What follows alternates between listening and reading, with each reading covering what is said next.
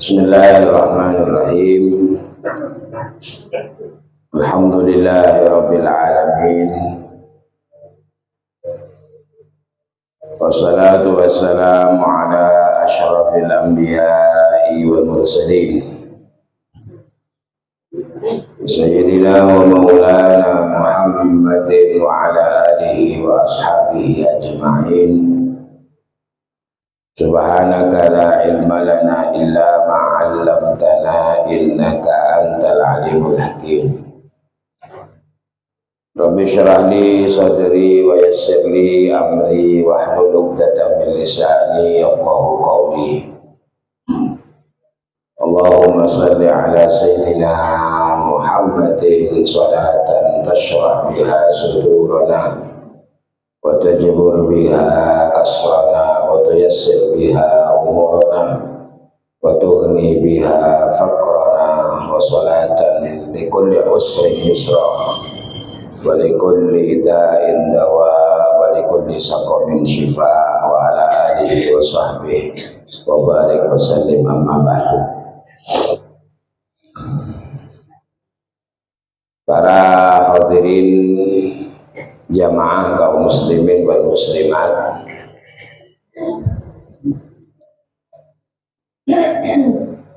apa yang menjadi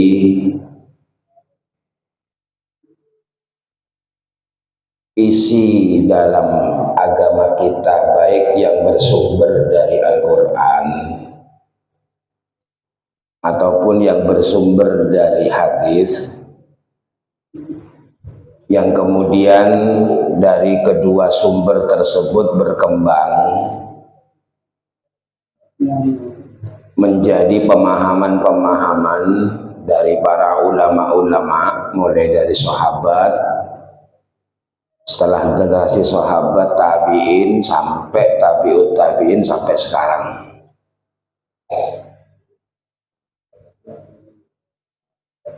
Yang mana pemahaman mereka para ulama adalah pemahaman-pemahaman yang sudah menjadi ijma'an, kesepakatan.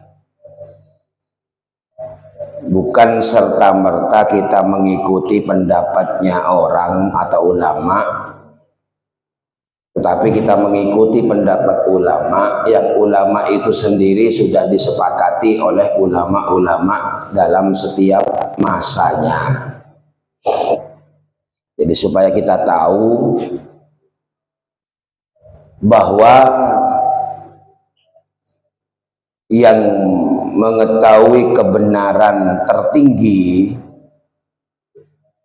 itu adalah Allah Subhanahu wa ta'ala. Yang tahu yang dimaksud atau yang menjadi kandungan paling benar di Al-Quran itu ya Allah sendiri. Karena Allah yang berfirman, maka Allah sendiri yang tahu maksud daripada setiap apa yang difirmankan Allah. Setelah itu yang paling paham terhadap firman-Nya Allah adalah Nabi Muhammad SAW.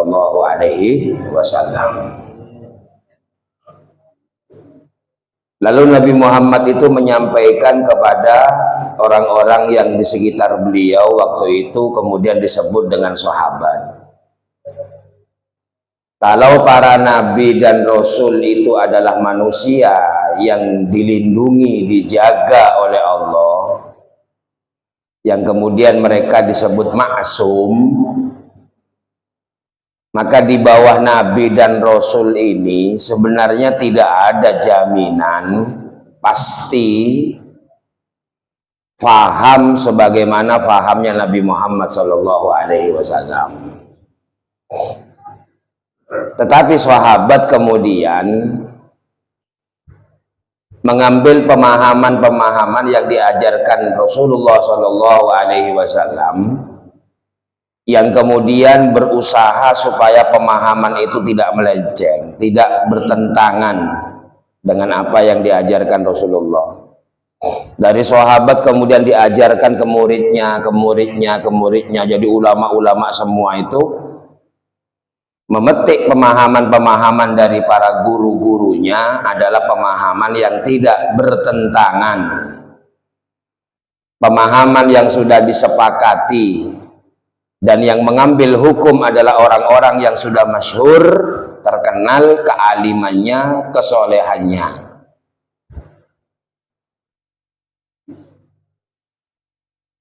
Apa maksudnya? Maksudnya adalah seberapa benar Allah menyampaikan di Al-Quran, seberapa benar Nabi Muhammad SAW menyampaikan dalam hadis, lalu kita ngikuti ulama-ulama sampai ke guru kita ilmunya, maka sebenarnya kebenaran itu adalah yang bisa membuktikan diri kita sendiri. Itu pokoknya.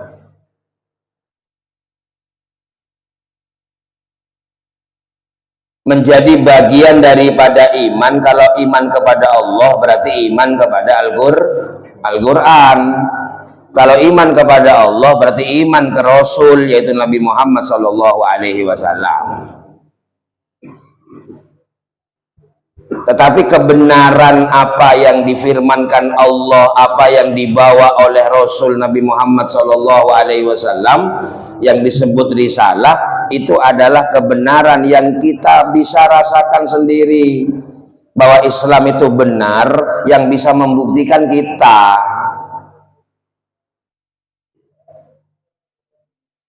Bukan Nabi Muhammad. Nabi Muhammad sudah gak ada. Yang membuktikan bahwa Islam itu benar ya kita.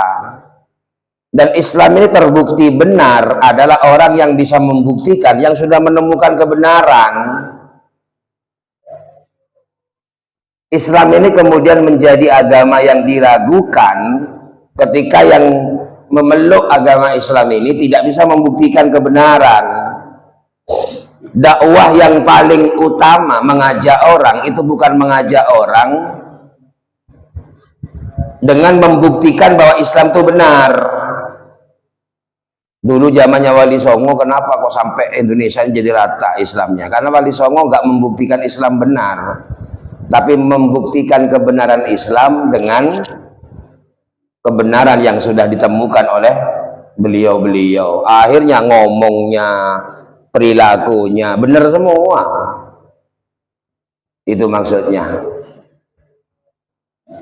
Jangan terlalu bersemangat untuk membuktikan bahwa Islam itu benar. Ya, Islam itu pasti benar, cuman bukti kebenarannya nggak mungkin sampai kalau hanya kita ingin membuktikan Islam itu benar. Tapi buktinya Islam itu benar adalah ketika kebenaran keluar dari kita.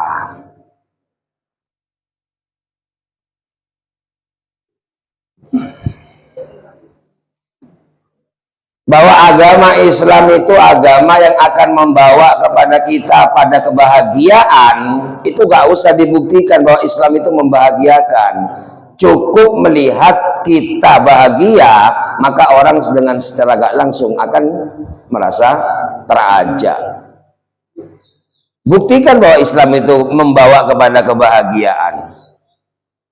Bukan sibuk dengan balasan-balasan. Islam itu agama, punya kewajiban, sholat, Ramadan. Nanti kalau ngerjakan dapat pahala, nanti kalau mati masuk surga. Gak ada buktinya sih, pahalanya juga gak bisa ditampakkan, surganya nanti akhir-akhir. Terus untuk membuktikan bahwa agama ini sebagaimana yang Allah sampaikan di Quran, bahagia kalau patuh kepada agama ini, patuh kepada Allah. Wa may yuti'illaha wa rasulahu faqad faza fawzan 'azima. Orang yang taat kepada Allah, orang yang taat kepada Rasulullah pasti hidupnya beruntung, bahagia. Kalau kita sudah menemukan kebahagiaan yang disampaikan Allah di Al-Quran, nggak usah dimuncul-munculkan. Kalau sudah terbukti kebahagiaannya, yang masih dimuncul-munculkan, yang masih dipamer-pamerkan, yang masih ngotot itu sebenarnya belum bisa membuktikan. Makanya kiai-kiai kita yang sepuh-sepuh ada yang ngotot, karena sudah ketemu sudah. Tinggal nanti orang bisa menangkap apa enggak. Paham bahwa kebenaran yang paling mutlak, yang nggak pernah akan salah cuma satu, Allah. Sehingga mereka nggak bingung dengan perbedaan pendapat. Kalau kiai-kiai kita biasa, wajar berbeda, wong manusia. bukan pemegang kebenaran paling mutlak. Yang megang kebenaran itu Allah. Kemudian dipilihlah satu manusia di alam semesta ini, Nabi Muhammad Shallallahu Alaihi Wasallam. Makanya untuk memahami Nabi Muhammad ini ulama berbeda-beda pandangan. Itulah lahirnya perbedaan khilafiyah. Perbedaan. Kanjeng Nabi itu di hadis pernah mau sholat masih mencium istrinya, hanya malaki bini, udah kan gitu. Ini mau maca hadis nih, kecak kelupuk bisa nyium boy kan begitu. Saya bayang lagi cium menah, bukan. Ketika mau sholat masih mencium istrinya. Makanya Imam Malik bilang nggak usah uduk, nggak batal. Nyentuh istri itu nggak batal. Kata Imam Malik. Katanya Abu Hanifah nyentuh orang perempuan itu nggak batal. Kata Imam Syafi'i batal. Itu ada Qur'annya. Nah, itu kalau Rasulullah kok habis nyium nggak uduk. Yang dicium mungkin bukan kulit. Yang dicium bukan kulit. Loh kok tahu? Ya mungkin saja bang di rumah orang dua, gak ada buktinya. Cuman Siti Aisyah cerita, saya dicium Rasulullah sebelum sholat. Rasulullah bangun tidur langsung sholat. Berarti tidur gak membatalkan wudhu. Cang ulama situng mau saya ketedung tak usah wudhu langsung bejeng. Cang Imam Syafi'i batal. Loh itu Kanjeng Nabi tuh. Kok gak wudhu langsung sholat? Itu Nabi, kita orang biasa. Loh gitu itu. Pas pokoknya yang dicontohkan Rasulullah dikerjakan, katanya Abu Hanifah. Makanya Abu Hanifah bangun tidur gak batal. Langsung wudhu, ya. Itu Abu Hanifah. Mau sampean cek ketedung tak wudhu, Abu Tomang. Cek langsung nero, ngaji dulu. Keding tero bahaya itu. Ngaji kopengan nero. Yang ditiru itu yang sudah diajarkan. Yang diajarkan oleh kiai-kiai bahwa wudhu batal kalau tidur. Kecuali mumakkinin mak'adahu minal ardi, kalau tidurnya duduk yang bokongnya nggak geser dari tanah. Kecuali tedung tojuk itu tak betal itu. Karena insya Allah mau tojuk lo tedung biasanya. Mau lakar tedung ngongkul lakar tojuk pasti repu. Gitu maksudnya ulama fikih itu. Kalau orang tidur duduk gini, ini masih gini, nggak tidur sebenarnya itu. Cuman dia antara alam tidur dan tidak biasanya. Mau ngedongku biasanya, repu mereng biasanya, mereng repu aja. Jadi kalau Jumatan posisi miring sudah, agak miring begini tidurnya, batal itu, wudhu itu. Tapi kalau pancet gini bangunnya, nggak usah wudhu, nggak apa-apa. Jadi nggak bisa dibuat-buat itu. Kalau tidurnya memang tidur sungguhan, pasti miring badan. Nggak mungkin bisa gini. Kalau gini nih, elang, nggak boleh, elang sadar boleh, gitu. Makanya dengan Imam Syafi'i gak dibatalkan. Jadi tidur itu membatalkan wudhu illa mumakkinin mak'adahu minal ardi, kecuali dia menempati atau duduk di tanahnya tetap. Ya. Apa boleh bahasa muda iya? Mereka ngokos nih, artinya maka tak ngokos, yang penting sampai tahu tak sadar tak kalau ngokos enggaknya. Enggak tahu ya sudah wudhu aja. Lah kalau begini nih ketutup rapat, maka juga entok kadina apa tak akan keluar. Coba bukti lagi. Itu sudah dikoreksi, sudah diteliti oleh ulama. Kalau duduknya benar, ini walaupun sakit perut mau ngentut, naik lagi ke atas. Kayak terus sakit, kembung biasanya. Jadi mau laju kentok, ocol wae, mari sehat. Ya, artinya sudah dijamin ini rapat ini, ketutup itu lubang itu.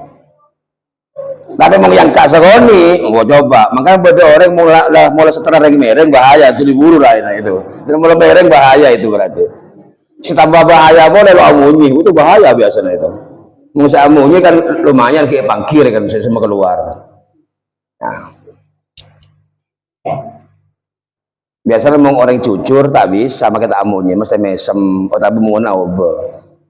Saya ahli sandiwara saya tak temu bisa kesap mereka, bisa tak temu saya akan tahu itu sebahaya kesap mereka. Jadi pemain drama bener itu, orang ngentut gak ada yang tahu itu. Biasanya mau saya tak tahu mana bujuk temu, wah aja saya akan tahu itu. Kalau gak bunyi itu, ya. Jadi beda mereka ada munyinya, ada suara, kayak bodoh. Ya, masa sampai nggak percaya ke Allah? Allah ini gak ada suaranya, Allah ini gak ada bunyinya. Tapi masa gak percaya ke Allah? Cari Allah dari beri, berde tunyer ya, bareng setak munyi dan kadang tak munyi ada suaranya. Yang buktinya kancil buru kopi, ya itu apa itu? Nah, nggak ada suaranya, nggak ada bunyinya, moro langsung buru kopi. Nah, boleh saya ngocak pate lah pate begitu, mau sampai soan itu, jauh siapa kena begitu, lekening laknat terus lah tengate. Mengajak cek bang begitu, karena ocakan binatang itu bagian dari laknat. Tako apolong bi orang seseneng alaknatan. Jadi mengeluarkan bahasa itu berarti melaknat. Secara gak langsung melaknat si alakoh yang ngerjakan. Jok siapa pate begitu itu aku titip pate sampean. Bener malaikat yamin nih, waduh. Titip pate ongku repot agonggong lagi akhirnya. Para hadirin jamaah kaum muslimin muslimah. Jadi itu ya. Jadi agama itu benih jor-joran, benih pameran, coba nih kereng saya nama bunten, tahu sah. Bahwa agama akan membawa orang menjadi pribadi baik pasti. Bahwa agama akan membawa pribadi yang berbahagia sejahtera pasti. Tapi tak perlu tonton lagi dipertunjukkan kebahagiaannya, gak perlu. Karena mulai karena bedongku orang bisa mangki dari air mukanya, dari kehidupannya kelihatan sudah. Nggak usah dibuat-buat, nggak usah ditutup-tutupi, nggak usah dibuka-buka. Ketika orang memamerkan kebahagiaannya, itu bukan kebahagiaan sejati. Karena kebahagiaan seseorang lo bisa pameraki keng beda. Bila beda orang ki mampu mameraki, kalau ada orang masih bisa memamerkan bentuk-bentuk kesenangan, berarti itu bukan kebahagiaan.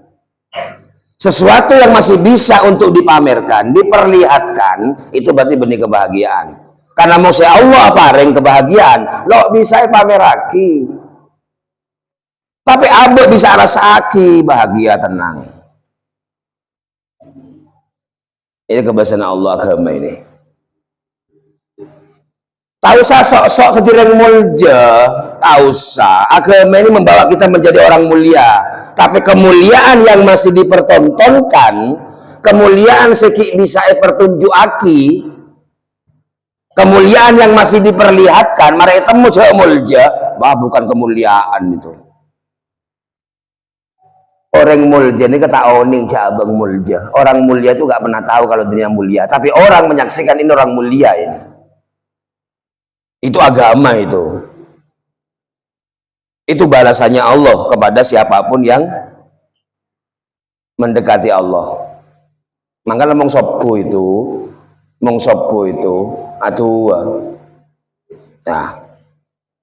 Wala yadhillu man walaita wala ya'izzu man adaita. Kalau sobo-sobo itu kan aduwa, makanya Imam Syafi'i pas epele harus dibaca, dianjurkan dibaca. Imam Syafi'i itu yang menganggap bahwa kunut subuh itu sunnah. Mau lain apa? Ada. Coba tengeli man singireng Imam Ahmad bin Hambal tak not, singireng Abu Hanifah lo not. Sampai deki mau umroh bi haji ke Mekah ada not. Karena Mekah itu Imam Malik, saya not Indonesia to di negara-negara singireng Imam Syafi'i, Mesir, sebagian India, Irak. Setoman yang terima Imam Syafi'i itu not itu kalau sepuh. Satu-satunya imam yang subuhnya kunut Imam Syafi'i itu. Di situ kita pagi-pagi disuruh ngomong ke Allah, agak janjian, kunut itu janjian. Ya. Jadi kalau di Al-Qur'an itu hafidhu 'alas sholawat wassalatil wusta wa qumu lillahi qanitin. Itu kunut itu. Kalau ingin tahu artinya kunut ya itu wa qumu lillahi qanitin. Ini karena ben Allah perintah soroh manceng ngadep ke Allah ongku-ongku, Bahasanya konit itu konitin bersungguh-sungguh. Makanya Imam Syafi'i kemudian menamakan doa ini kunut. Kunut itu artinya sungguh-sungguh. Dua si ongguan, jaga tedung. Pertama kali coba. Doa yang benar doa, bangun tidur. Setelah kita mati, dibangunkan Allah. Kita angkat. Pertama kulaku sopu. Makanya sahabat sopu. Dan kanjeng Nabi pernah kunut. Dan juga ada hadisnya. Kanjeng Nabi gak kunut terus. Nika ulama pada nika. Saya menyaksikan kanjeng Nabi gak kunut terus kok. Kadang-kadang doa kunut. Itu katanya. Kata Imam Syafi'i, pokok saya penting kanjeng Nabi toman akunut, ayo angkui baca yang bagus, baik kan begitu. Itu namanya ulama itu istimbat. Ini sampai tak usah bingung. Memang mau beda orang ada bu, kanjeng Nabi loh akunut benar sopu. Tak urusan benar tak pun. Saya penting kanjeng Nabi toman akunut sopu. Di Imam Syafi'i langsung pondot, ya sudah kunut aja lebih bagus. Ya, mengetanya Aki nyaman di mengakan tidak ngakan, nyaman ngakan, yang akan terus baik kan begitu. Mau urusan kunut tak terus, mau urusan ngakan, kanjeng Nabi dengadeng lo ada lah. Sampai lo nenda, ya usah sekali, enggak, mau urusan ngakan juga berai, mau kunut berai tak apa kan dari kata adilnya mana. Kata Imam Syafi'i, ya sudah kunut aja tiap hari. Memang gak ada hadisnya kalau kanjeng Nabi itu kunut tiap hari, gak ada. Yang gitu mau orang alim, maka tak pada, lo tokar, lo patangnya lagi neneng. Serepul saya bobo tak mati alim mau tokar. Kono tak kencir lo jelas tokar tak usah pun, pasti nih kak. Bak mencoba ternyata TV, semua bener abang, masalah yang lain. Sudah sombong sudah ini. Sudah kunutnya gak jelas, sejelas tuh sana. Mempatangnya lagi jaboro nih waktu makai perbedaan pendapat napa benih urusan tokar mau berbeda nih bukan urusan berselisih, bukan urusan tercerai berai, tapi Islamnya kemung sewajib ada seberbeda beda imam dalam fikih ngocak bersih ngocak bajang lima bekto koma sunat mau bodoh pola norok kapi pola. Ini kalau urusan yang wajib, nggak ada yang berbeda, sepakat semua. Nggak ada satu ulama pun yang mengatakan bahwa sholat 5 waktu sunnah, nggak ada. Fardu, semuanya fardu. Kompak kan? Nah, apa kartokar masalah barang tak wajib itu? Nah, mau letaknya lagi orang, jaga abang sampai nganggep abang bener. Kita ini nggak tahu yang bener, yang kita tahu adalah ikut guru. Guru adik guru, guru adik guru. Nah ketepaan guru ngajari konot, ya sudah konot. Majalan ilmu guru, benih paling bener. Mau sampai nganggep tak konot salah, Imam Malik salah berarti tak sopan. Imam Abu Hanifah tak konot salah berarti. Maka aku coba di alasan, apa kok mau sopu mak konot? Ya norok ulama, norok yang sopu. Ledeng gadung rezeki ya jadi bahwa kalau sebuah konot ya sudah ngikuti itu. Tujuannya cuma itu, bukan yang paling beneran konot gitu.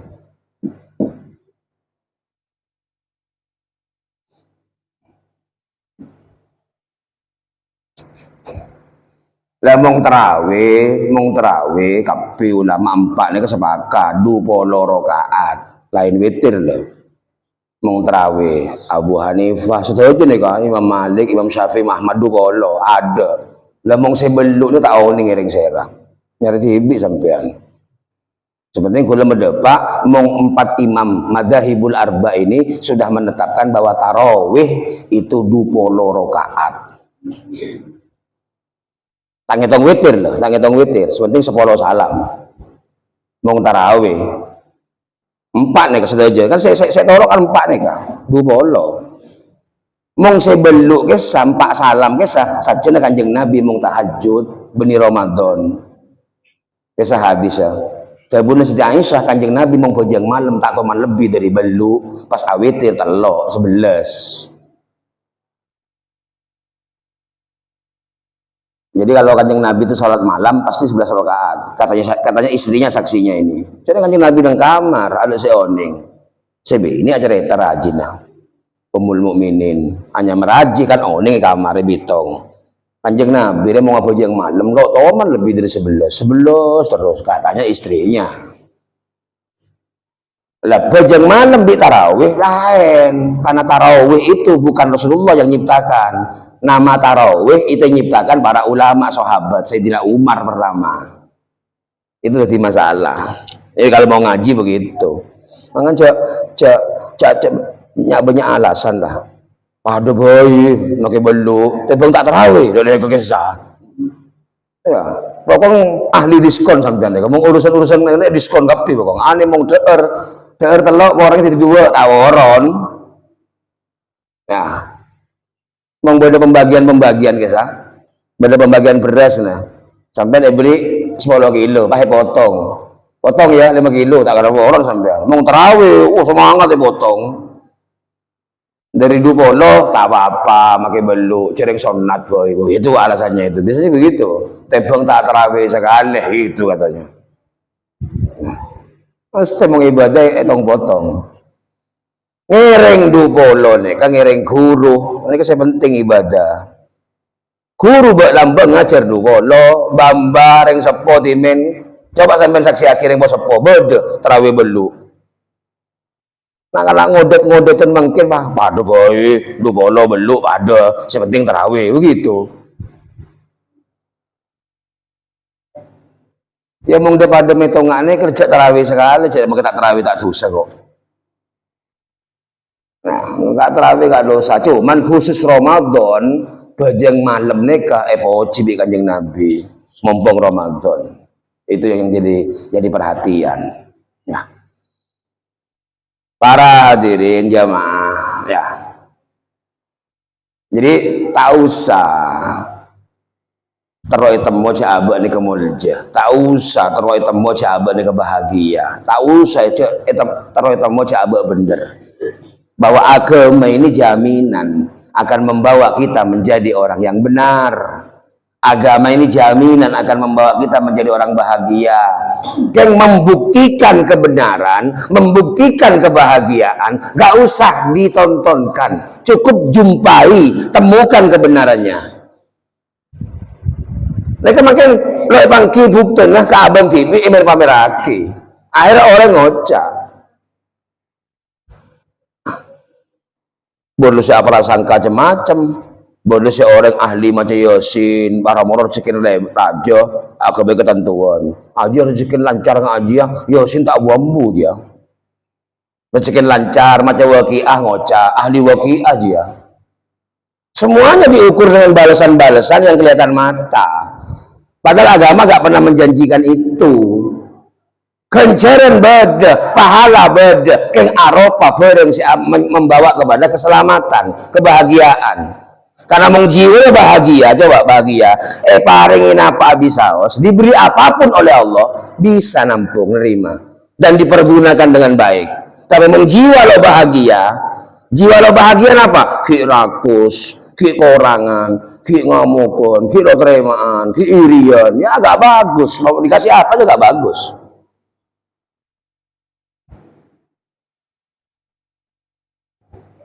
Sampai nanti anak paringi bisa sampean neremaan seneng sampean tibi lah andi anak beri napa baik terima seneng ada yang tua seneng andi anak beri apa tapi korang gue coba rasa aki pada bineka kurang terus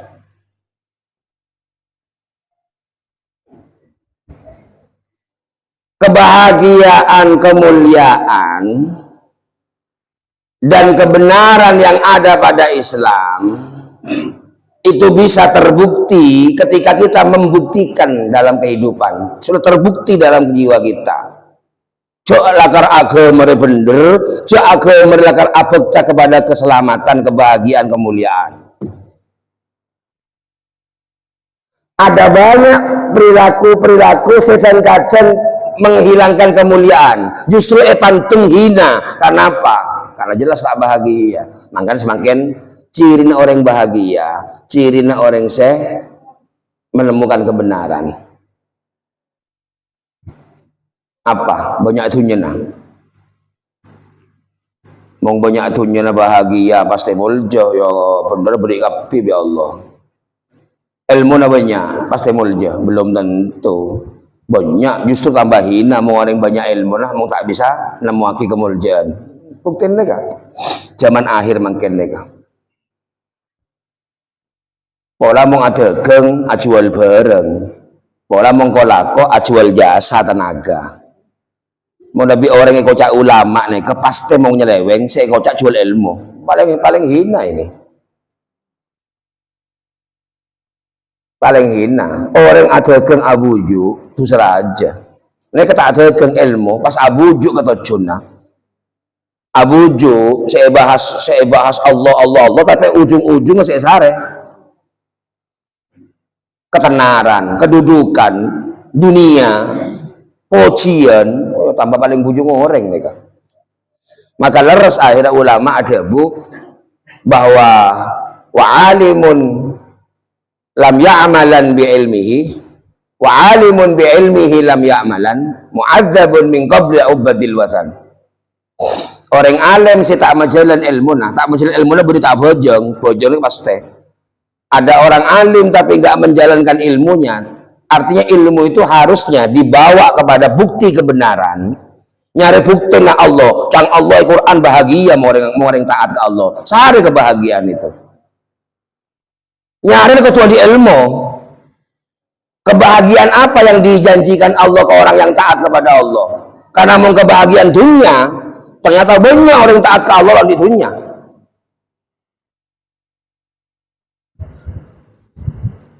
Mau kebahagiaan karena ilmu banyak orang tadi ilmu, atau balik banyak orang andi ilmu menunjukkan ketidakbahagiaan.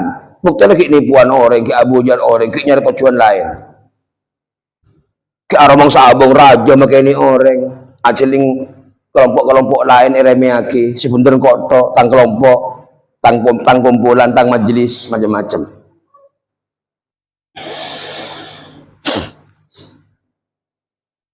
Mong ekocak ulama karena saya ngaji banyak, bodoh yang alim tadi murid bodoh.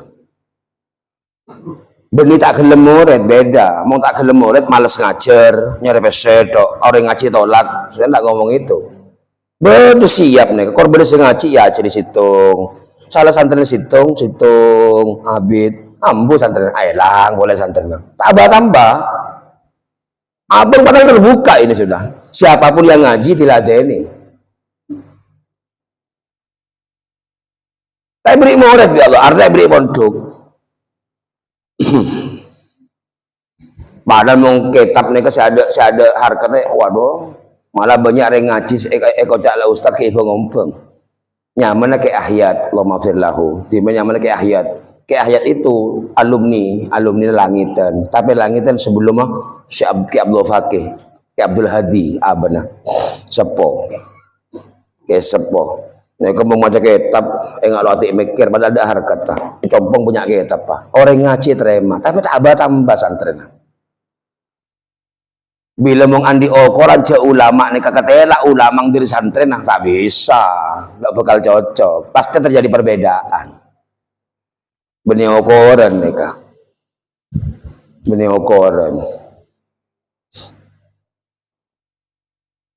Sampai wafat nih kak. Kalau kula oning karena beli kerembangan di menika ulama nika. Eko purun kirikan. Aja ulun. Beni ambulan ya. Sorong beli kerembangan kirikan. Kula ki enggak. Karena kiai banyak santren. Santri saya ngaji saya ngaji pleman. Setelah jadi takdir. Bade kiai di pondok, bade kiai di pondok, maka beni okoran. Bukan bukti kemuliaan. Pada tak pangki. Tetapi yang pasti adalah yang paling mulia di hadapan Allah berarti paling bahagia. Bila Allah ada orang paling mulia berarti paling selamat. Kalau Allah sudah bilang ini paling mulia berarti paling benar. Siapa itu? Inna akramakum indallahi atqakum. Sepaling mulia ya jun Allah, sepaling takwa. Makanya kalau mengukur ketakwaan, siapa sih yang takwa ya? Sebojeng tak buang-buang benih ukuran, bojeng pasti itu sudah.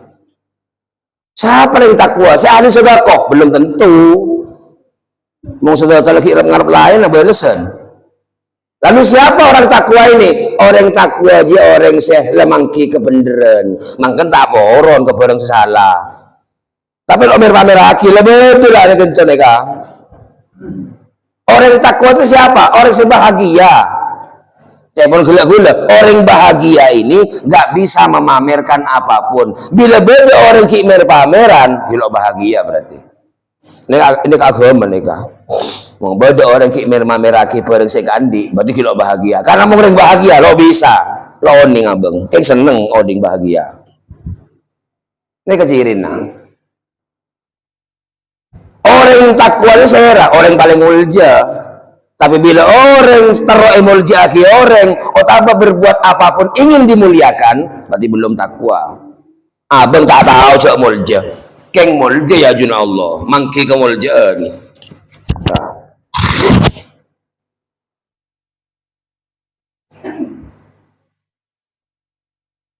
Nah terakhir ya, anak apa orang ini bisa bahagia, seneng, mak bisa mulja dalam kondisi apa?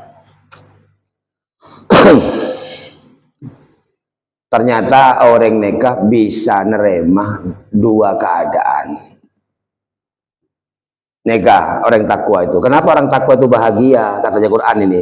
Allah berfirman. Kenapa orang takwa itu mulia? Karena orang takwa itu paling mulja orang, paling bahagia orang. Pas tanya aki, anak apa mak mulja? Ya pasti mulja. Anak apa mak bahagia? Pasti bahagia. Karena sejatinya orang takwa itu bisa memadukan dua keadaan. Dua keadaan yang berpasangan, yang pasti, yang berbeda. Bila Allah acu dua akibat napa? Allah ini kan nyipta akibat napa acu duan, berjodohan.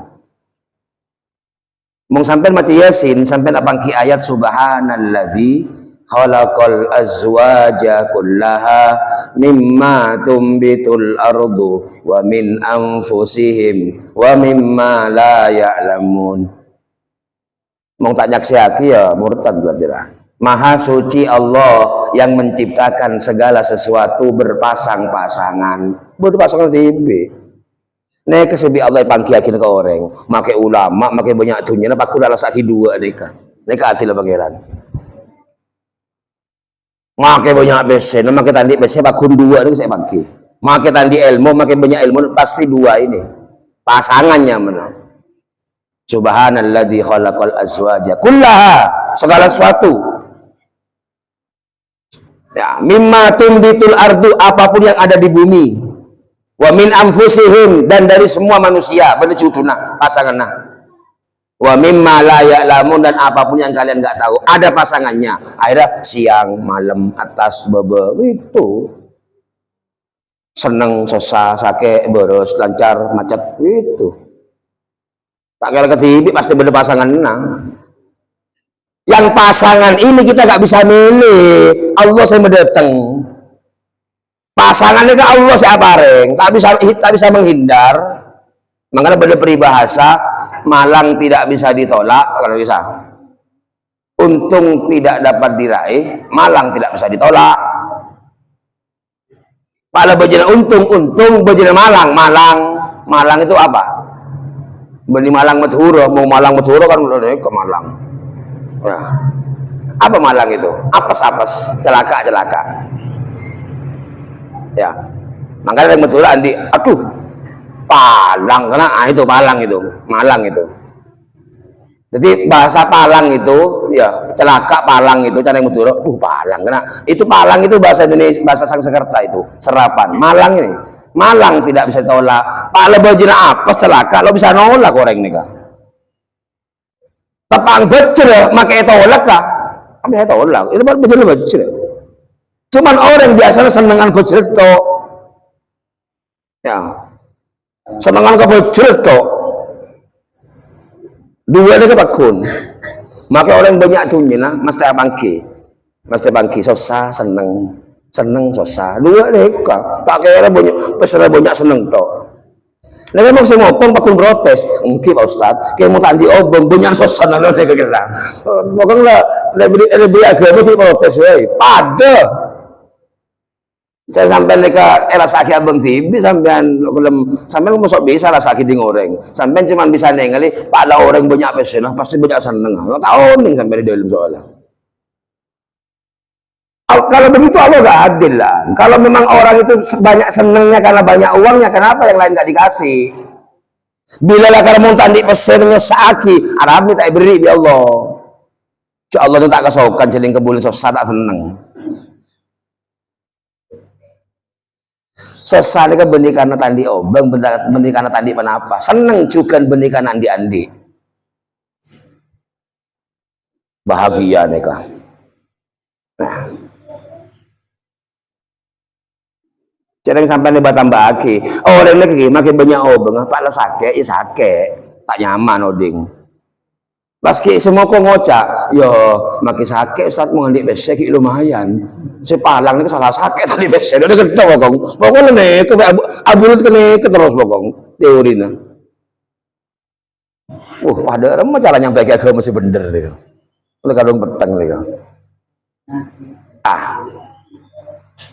Jadi bisa memadukan dua keadaan. Bisa memadukan dua keadaan. Bisa neremah dua keadaan. Karena dua keadaan ini berpasangan. Bila Allah acuduaki, maka bareng ini pasti tak pada. Mana ada yang dijodohkan Allah dipasangkan terus sama? Tidak ada. Sampai ini kalau laki bini, saking beri nafsu ya Allah. Cak tak beri nafsu tak gelem. Pasangan kecil beda. Apa laki bini mak gelem acuduaki berpasang-pasangan? Beri nafsu. Muntah beri nafsu tak gelem. Saya bini tak gelem laki, saya laki tak gelem bini. Mau ada nafsu lah. Kenapa? Cek bareng tak pada juduaki. Bareng tak pada juduaki. Secara logika, mestinya orang ini bisa sepakat mau pada juduaki sepakat. Ini enggak, barang yang berbeda disatukan.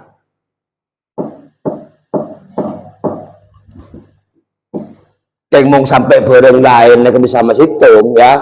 Nih, mau bareng selain sama situng pasti berhasil bahagia.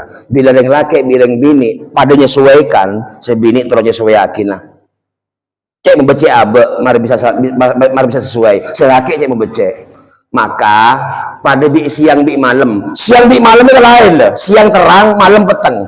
Keng pertemuan antara siang apolong bi malam, lagi bareng mulja.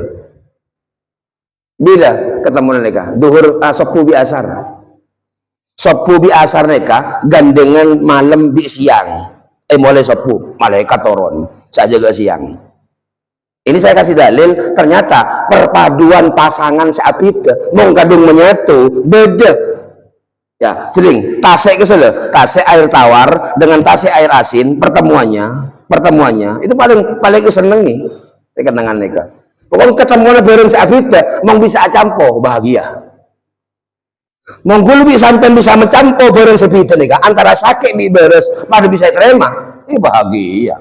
Karena abah seneng mau beres, mau sakit, aduh, mati baik, mati. Ane mau bener malaikat Israel buru, yang malaikat repot sampai nikah, sakit atau mati, paten londe kan ya. Yang malaikat nih, bingung malaikat. Aduh boleh ya Allah, sesat ya Allah, cek sengsara nodi, malaikat datang, dari mah, mangkat ya. Menurut tak kuat, petaber, mau tak kuat ya Allah, di malaikat petaber, ya mau tak kuat, ayo mulai mangkat. Pas tak gelem jangan kalau dina boy orang pokoknya tak kuat ada suruh mulai tanda kan begitu. Mau orang siap boleh, bentak suruh tak kuat. Abah repot, mau tak kuat ada suruh mati londe. Teroki dia dok repot abah nih kang. Nah, ya siapa tega ada ya Allah, mau bisa beri pesan sebanyak. Tuh nih ketok bokong. Ya. Nah, Quran nika beda debuan wasabbihuhu bukratan wa asila. Bahasa Arab nika mung laku sobah. Sobah nika laku. Mung sore masaan, mung malam lailan. Lah bahasa bukroh wa asila itu apa? Oh, lu tak ada seoning. Bukroh wa asila ini pertemuan antara malam bi sobu, mung asila siang bi malam. Malam bi siang beda sopu, mong siang teraga malam beda neng asila nih kada artinya wa asila. Mengenai Quran bukrotan wa asila itu Quran tuh. Neka dua neka menyatu dua waktu transisi. Jadi lak mulja. Asila mulai kapan? Mulai asar. Makanya malaikat saya jaga malam turun, sekali aja ke siang ongke. Jadi malaikat naik turun itu ada di subuh, ada di asar. Itulah sebabnya kata Kanjeng Nabi, jaga subuh bi asar ya. Dalam seorang lima bekto, lemak neka, saya paling perlu jaga boleh, jaga lima bekto, lebih jaga boleh dua, namanya wusto. Apa itu? Subuh bi asar. Akhirnya ulama mau beri tua, baca ya, subuh mari asar. Macam apa malam-malam sepuh biasar? Itu dalilnya itu. Lah tadi bocah sepuh biasar, pakun tak jupaju. Ngamuk kaya. Ada selain ya, selebih gerengan pola gereng segereng. Saya beli itu wes lo gereng orang sekarang gereng nih kan gitu. Sepuh biasar. Itu makanya amalan itu subuh biasar karena itu biar diangkat oleh malaikat. Ini namanya pertemuan ini, transisi. Dua masa mau nyatu.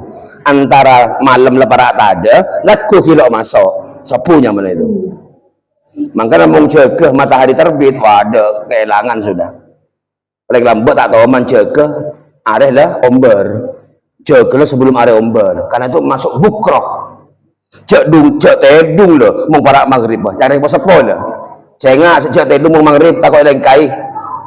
Itu asila antara siang masuk ke malam. Cek tedung mong orang sering tedung jaga omber ada sopo fakir ini bukan hartanya sedikit, rakus ke orang tok tak neremaan. Mong tedungan maghrib asal pada maghrib tedungan hilang tebun agama orang setedungan mari asar ke maghrib gila atau gila ini kan pokoknya letak jumeneng pokoknya ya orang gila kan tak jumeneng bingongan ngamukan agelak tibi mung kadung seneng agelak terlalu agelak mung kadung ngamuk kongku orang-orang akalnya belum stabil. Kenapa? Makanya cek tedungan para maghribah cek le mung sepuh sebelum adzan sebelum matahari omber ada dua dia sampai posisi tedung itu maksudnya orang sepuh itu beda hadis ternyata mau orang jaga matahari omber ada colpe ajam boneka fakir akhirnya mau tedungan para maghrib elengkai areh ting nggak nangis anak ini nangis ini menunjukkan saben elengkai orang sepuh elengka kecuali nah mau tedungah orang karena sibuk maslahat beni nang senengan maslahat alakoh lembur demi tambahan lo tak apa tedung leso tak kira lah biar Allah yang beng cereng leso mereka punten lo gelem tedung nganggur tepak para maghrib tedung nanti gila itu maksudnya ya. Barakallahu li wa lakum. Al-Fatihah.